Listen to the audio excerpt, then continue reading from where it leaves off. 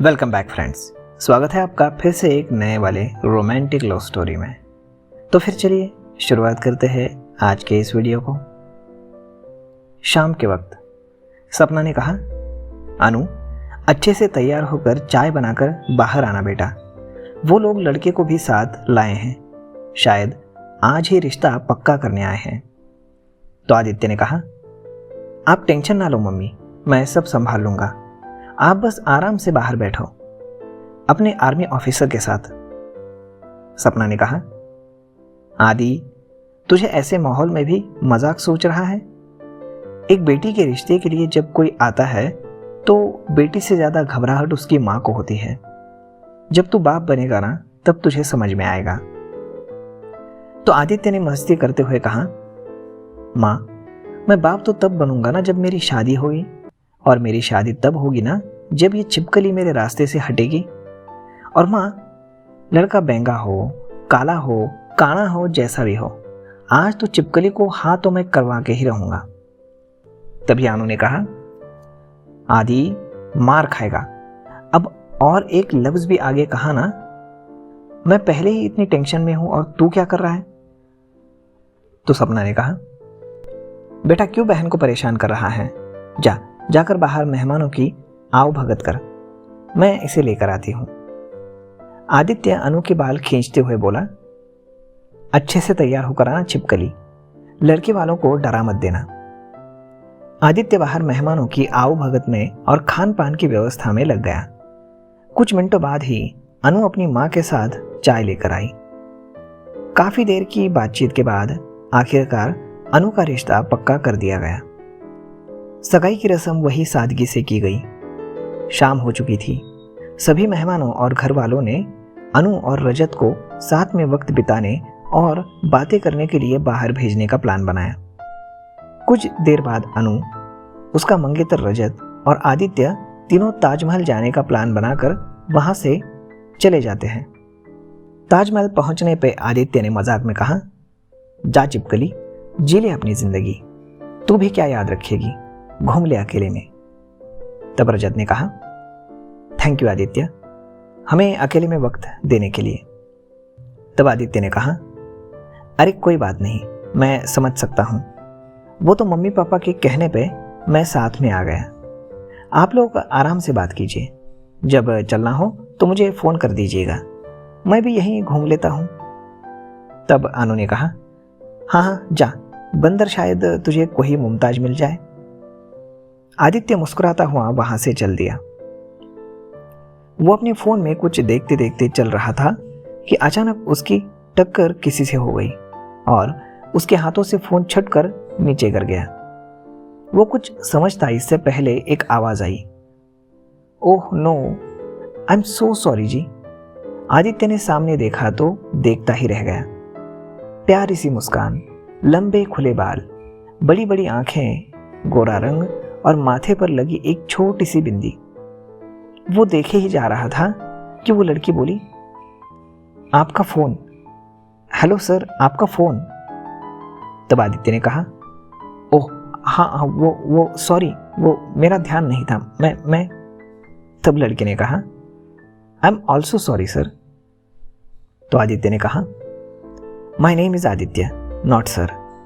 तब लड़के ने कहा, ओह सॉरी आदित्य जी। तब आदित्य ने कहा, क्या मैं आपका नाम जान सकता हूं? तो लड़की ने अपना हाथ बढ़ाते हुए कहा, माई नेम इज आयशा। तो आदित्य ने हाथ मिलाते हुए कहा, nice name miss Ayesha. Ayesha ने कहा, मिस नहीं मिसेस। आदित्य ने कहा, मतलब मैं शादीशुदा हूं आदित्य जी। आदित्य ये सुनकर जैसे कहीं खो गया हो। उसे समझ में ही नहीं आया कि वो क्या बोले। उसे पहली नजर में ही वो लड़की भाग गई थी। आदित्य ने मन ही मन कहा, हे भगवान, ये सब क्या है? जिंदगी में पहली बार कोई लड़की दिल को इतनी पसंद आई, और वो भी। तब आयशा ने कहा, क्या हुआ, कहां खो गए आप? तो आदित्य ने कहा, नहीं कुछ नहीं, वैसे आपको देखकर लगता नहीं कि आप मैरिड होंगी। आयशा ने कहा, सिर्फ मैरिड नहीं हूँ, एक बच्चे की माँ भी हूँ, और इसे इत्तेफाक समझिए कि मेरे बेटे का नाम भी आदित्य है। तो आदित्य ने कहा, व्हाट, सच में? कहीं आप मजाक तो नहीं कर रही ना? तो आयशा ने कहा, जी नहीं, वो वहाँ पार्क में अपनी नानी के साथ खेल रहा है। मैं उसके लिए पानी लेने जा रही थी और जल्दी जल्दी में आपसे टकरा गई। तो आदित्य ने कहा, ओह, तो मतलब आप अपनी मम्मी के यहाँ घूमने आई हैं? तो आपका ससुराल भी यहीं है? आयशा और आदित्य चलते चलते बातें करने लगे। आयशा ने कहा, जी नहीं, वो मैं दिल्ली में, और मैं यही मम्मी के साथ रहती हूँ। तब आदित्य ने कहा, मैं समझा नहीं। आयशा ने कहा, दरअसल कुछ महीनों पहले ही मेरे पति का एक कार एक्सीडेंट में डेथ हो गई। उसके बाद ससुराल वालों ने मुझे घर से निकाल दिया। तब से यहाँ मम्मी के साथ ही मैं रहती हूँ। तो आदित्य ने कहा, ओह, आई एम सॉरी। तो आयशा ने कहा, इट्स ओके जी, ऐसे तो ना जाने मेरी तरह कितनी लड़कियों के साथ होता है।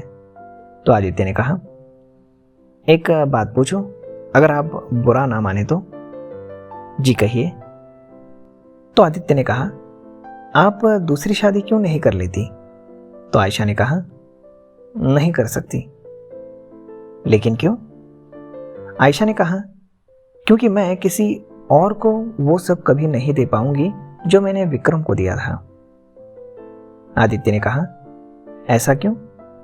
तो आयशा ने कहा, मेरी और विक्रम की लव मैरिज थी। वो प्यार शायद मैं किसी और से ना कर पाऊं। बातें करते करते वो दोनों बाहर आ गए थे।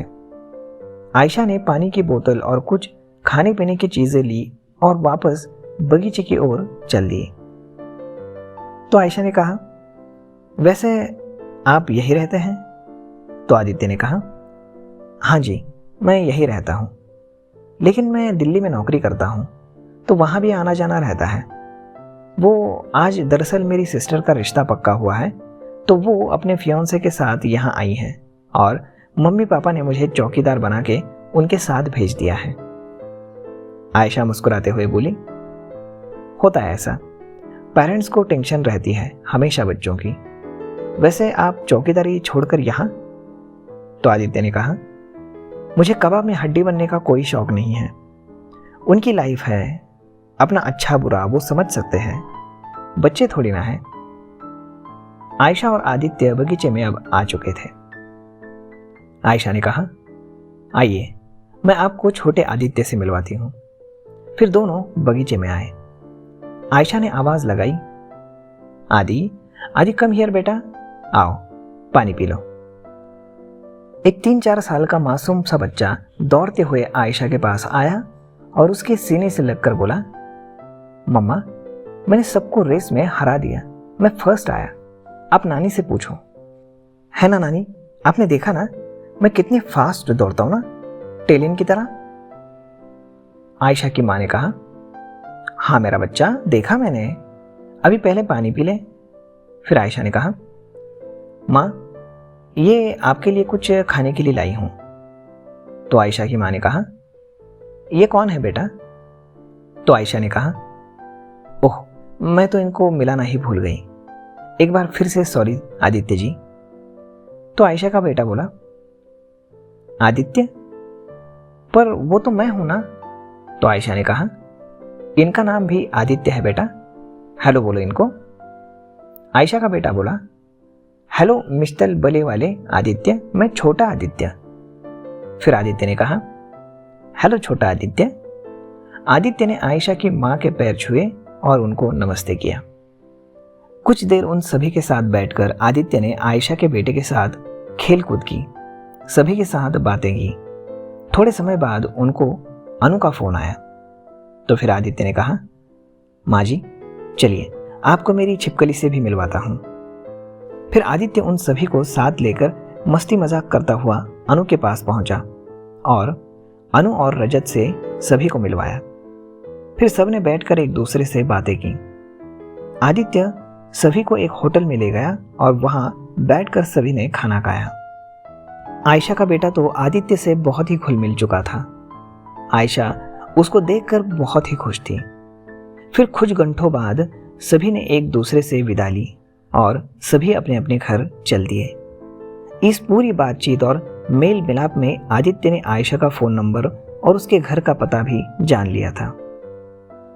फिर कुछ दिनों बाद अनु ने कहा, आदि बता क्यों नहीं देता मम्मी पापा को?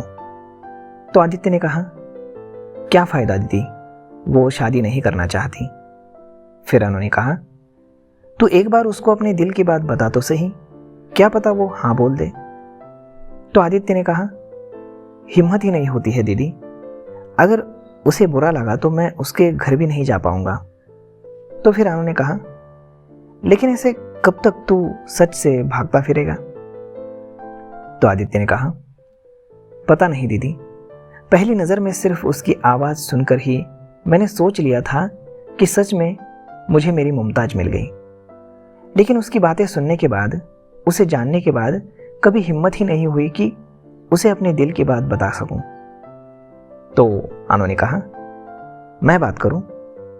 तो आदित्य ने कहा, नहीं दीदी, अभी कम से कम जब भी दिल करता है मैं उसके और छोटे आदित्य के साथ वक्त तो बिता सकता हूं, लेकिन अगर उसे बताया तो वो मुझे गलत समझेगी और फिर परसों तो मैं वापस दिल्ली जा रहा ही हूं, दूर जाऊंगा तो अपने आप दूर हो जाऊंगा। तो अनु ने कहा, लेकिन कब तक आदि? इस तरह तो तू किसी और को भी नहीं अपना पाएगा। तो आदित्य ने कहा, वो तो है दीदी, इस दिल में तो अब और कोई नहीं आएगा। तो अनु ने कहा, तो क्या तू किसी और से भी शादी नहीं करेगा? तू तो कहता था ना कि मैं जल्दी से हाँ कर लूं और निकल लूं ताकि तेरा रास्ता साफ हो, फिर अब क्या हुआ? तो आदित्य ने कहा, दीदी, उस दिन भी आपने ही तो कहा था कि जा, शायद तुझे तेरी मुमताज मिल जाए। मुमताज तो मिल गई है दीदी, बस अब उसकी यादों को अपने सीने से लगाकर सारी जिंदगी बिता लूंगा। तो दोस्तों, क्या लगता है आपको, क्या आदित्य कभी आयशा को कह पाएगा? और क्या आयशा सब ये जान पाएगी? और क्या इनकी शादी हो पाएगी? यह भी बहुत बड़ा क्वेश्चन मार्क है। तो फिर ये सब जानने के लिए अभी चैनल को सब्सक्राइब कीजिए। हम मिलते हैं जल्द ही अगले नए वीडियो में, तब तक के लिए धन्यवाद।